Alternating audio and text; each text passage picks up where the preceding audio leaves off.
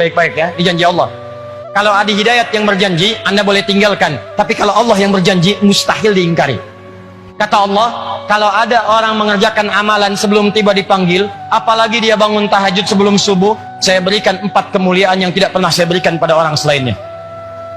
Subuh 4:07, Anda bangun jam 3, tahajud, istighfar, Anda dijamin oleh Allah saya berikan 4 keistimewaan yang tidak saya berikan walaupun kepada orang yang sholat tepat waktu, sholatnya khusyuk tapi nggak tahajud, nggak akan dikasih oleh Allah 4 hal ini. 1, lihat ini. Dan amalan ini nggak pernah ditinggalkan oleh para sahabat, baik yang birokrat, baik yang diplomat, juga para pengusaha. Perhatikan amalannya. Wa minal laili fatahajjad bih. Di antara sementara malam sebelum subuh bangun, tunaikan tahajud. Kalau Anda tunaikan tahajud, saya berikan 4 hal kata Allah. 1, asa ayyab'ataka rabbuka maqaman mahmuda. Orang yang rajin tahajud, maka karirnya akan saya angkat, saya tempatkan di tempat pekerjaan yang lebih mulia. Orang yang rajin tahajud, kata Allah, saya akan angkat karirnya, ditempatkan di tempat terbaik sesuai dengan maslahat hidupnya. Anda nggak usah mengerjakan banyak hal.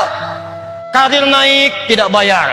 Tenaga, tidak banyak. Harta, nggak keluar. Tenaga, tidak banyak. Pengetahuan dijaga. Kata Allah, Anda rajin tahajud, saya angkat ke tempat yang terbaik. Dengan posisi yang paling bagus.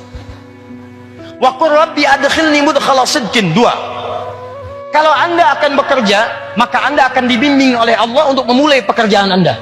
Allahu Akbar. Mau masuk kantor, tiba-tiba di jalan ada kecelakaan. Sebelum lewat, tiba-tiba hati Anda dipalingkan. Jangan lewat situ, lewat yang ke sini. Sebelum masuk kantor, tiba-tiba ada kemacetan. Tiba-tiba ada informasi, Pak, jangan ke situ. Bapak lewat sana saja, jalannya lebih mudah, tidak ada macet. Siapa yang menggerakkan orang itu? Allah. 3. Wa akhrijni mukhraja sidqin. Anda punya kesulitan, langsung dibimbing oleh Allah keluar dari kesulitan itu. 4. Ini yang hebat. Waj'alni min ladunka sultanan nasira. Kalau di pekerjaan Anda, di karir Anda ada yang jahil, ingin menyingkirkan Anda, menyungkurkan Anda, ingin bahkan maaf sekali, mencelakai Anda, maka yang pertama menolong Allah langsung yang memberikan pertolongan tanpa perantara siapapun. Ayat ini turun itu saat Nabi dikepung oleh 100 pemuda pasukan khusus dengan pedang terhunus, yang kalau bahasa kita sekarang, angkatan darat punya kopassusnya, angkatan laut punya denjakanya, kemudian angkatan udara punya paskasnya. Itu 100 orang pasukan khusus, pedang terhunus. Kata sejarawan, binatang lewat walaupun lalat ketahuan. Ayat ini turun, apa yang terjadi? Allah, cuma 3 orang, Nabi sallallahu alaihi wasallam, Abu Bakar As-Siddiq radhiyallahu ta'ala anhu, 3, Ali bin Abi Thalib.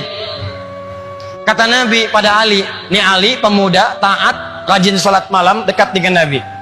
Ketaatannya dari Nabi gak pernah dibantah. Ali, kamu tidur di tempat tidur saya. Tempat tidur itu sasaran 100 pemuda, pedang terhunus, taruhannya nyawa.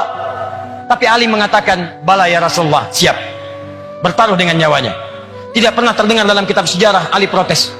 Jangan saya Rasulullah, Abu Bakar aja yang tuaan dikit.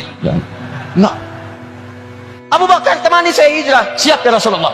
Temani saya hijrah, siap ya Rasulullah. Begitu akan berangkat, lihat turun ayat tadi. Begitu turun, waj'alni min ladunka sultanan nasira, ditambah surat Yasin, ditutup kemudian maaf pandangan mereka semua.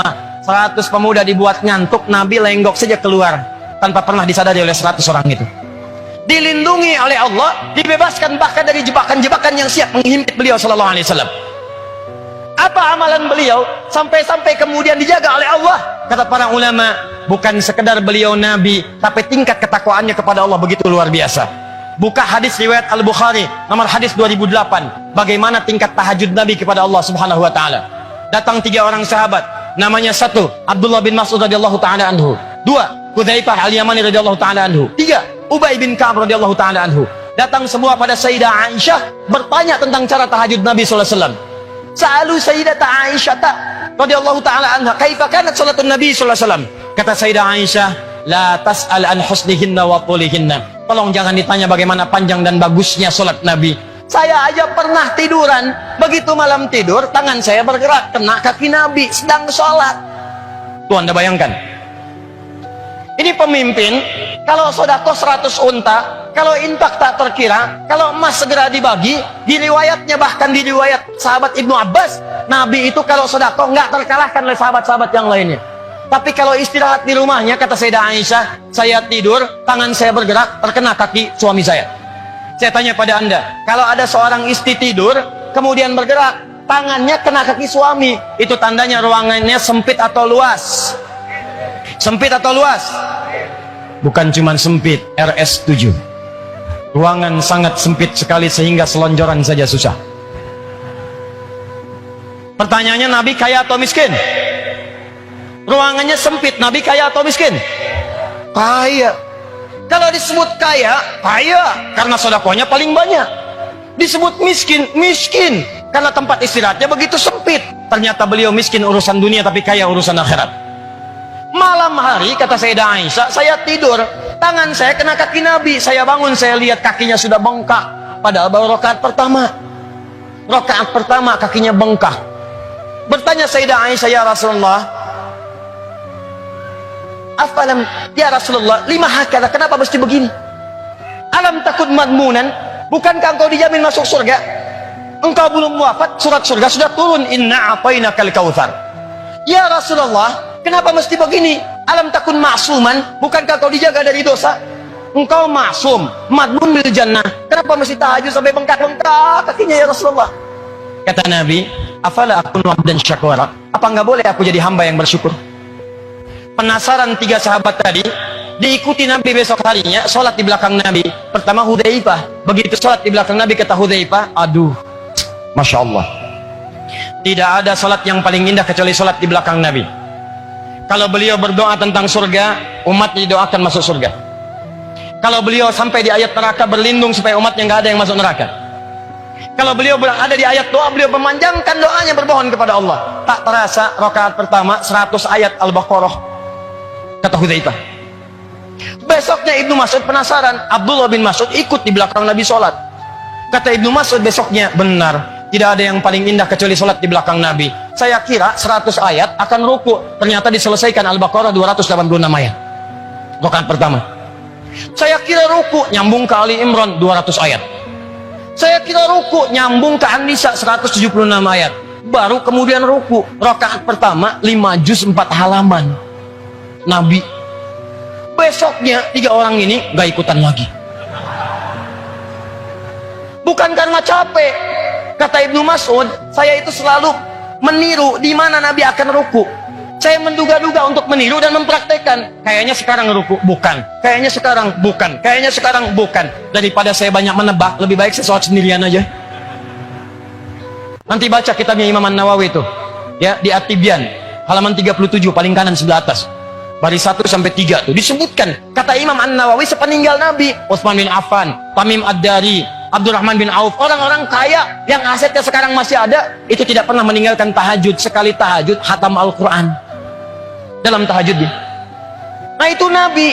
Bagaimana Nabi dijaga oleh Allah, dibebaskan dari kejaran 100 pemuda tadi, dilindungi oleh Allah, disayang oleh Allah. Apa amalannya? Jangan dikira Nabi yang dijamin surga ini, surganya tingkat tinggi, Firdaus, tidak ada hisab, orangnya Al-Amin, masuk langsung ke surga. Apa dikira di dunia tidak beramal? Tidak. Tahajudnya sampai bengkak kakinya. Saya tanya pada antum, siapa yang pengen masuk surga Firdaus? Angkat tangan. Yang pengen masuk surga Firdaus, angkat tangan. Dah, turun.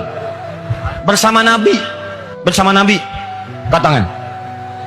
Ah, turun. Siapa yang pengen ke surga tanpa hisab? Angkat tangan. Ah, turun. Sekarang balik. Siapa yang nggak punya dosa? Angkat tangan. Siapa yang dosanya dikit? Angkat tangan. Siapa yang dosanya banyak? Angkat tangan. Ah, ulang. Siapa yang dosanya banyak? Angkat tangan. Masya Allah. Dah, turun. Siapa yang pengen ke surga Firdaus? Angkat tangan. Ini manusia paling aneh. Pengen ke surga Firdaus, modalnya dosa banyak. Nabi kita aja yang surga Firdaus masuk tanpa hisab, ngerjain tahajud, kaki sampai bengkak.